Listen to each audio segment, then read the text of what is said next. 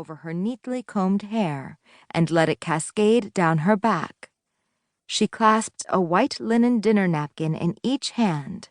Then she narrowed her large brown eyes in a mysterious way. "Music, please," she said grandly.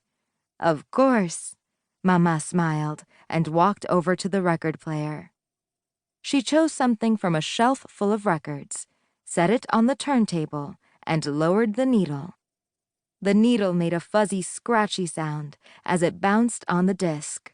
Then it settled, and a song began to play. Conga drums, guitars, violins, a bandoneon.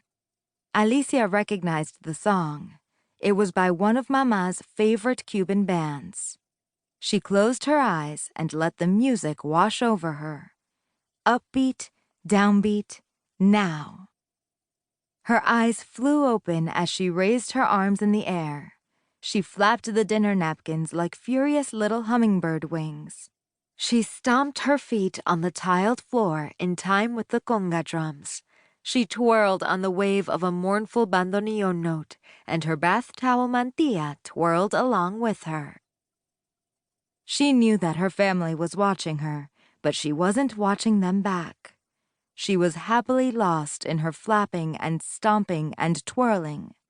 According to Mama and Papa, she'd been doing this practically since she could walk, bursting into dance whenever she heard music and disappearing into her own world.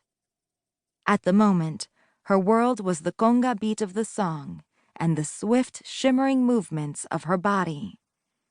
The violins came in, their melody swaying back and forth. Alicia swayed with them. The guitars joined in, thrumming rapidly like raindrops. Alicia thrummed with them. No one had taught her how to dance. The moves came naturally from somewhere deep within her. When she was done, she curtsied. "Brava!"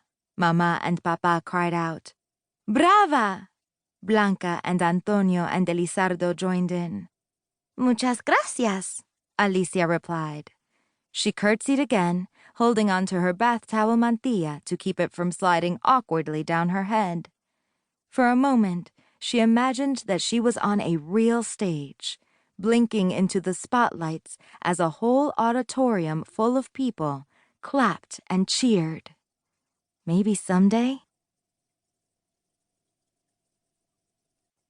Chapter 2.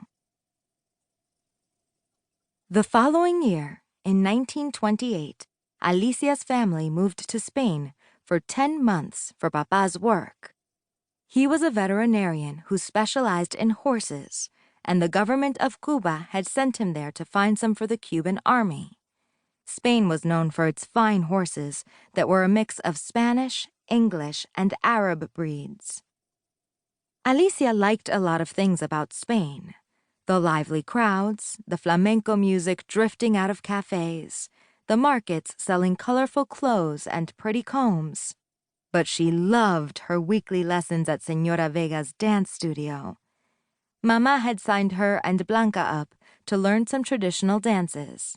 That way, they could surprise their Spanish-born grandfather with a little recital when they moved back home in the spring.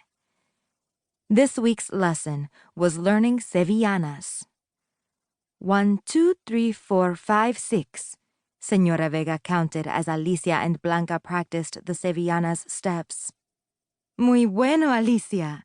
Blanca, remember to begin lifting your arm on 5 and then finish lifting on 6 to correspond with your foot movements. Okay, let's run through it again. This time with music. Sí, Señora Vega, Alicia and Blanca replied. As Señora Vega cued the music on a record player, the sisters rushed back to the middle of the studio floor and assumed the sevillanas starting position, feet together, arms low and curved. We look like we're holding giant invisible pumpkins, Blanca whispered to Alicia, giggling. Alicia grinned but didn't reply. She was busy studying her reflection in the window. She wanted to make sure that her posture was straight, the way Señora Vega had shown them, and that her head was angled just so.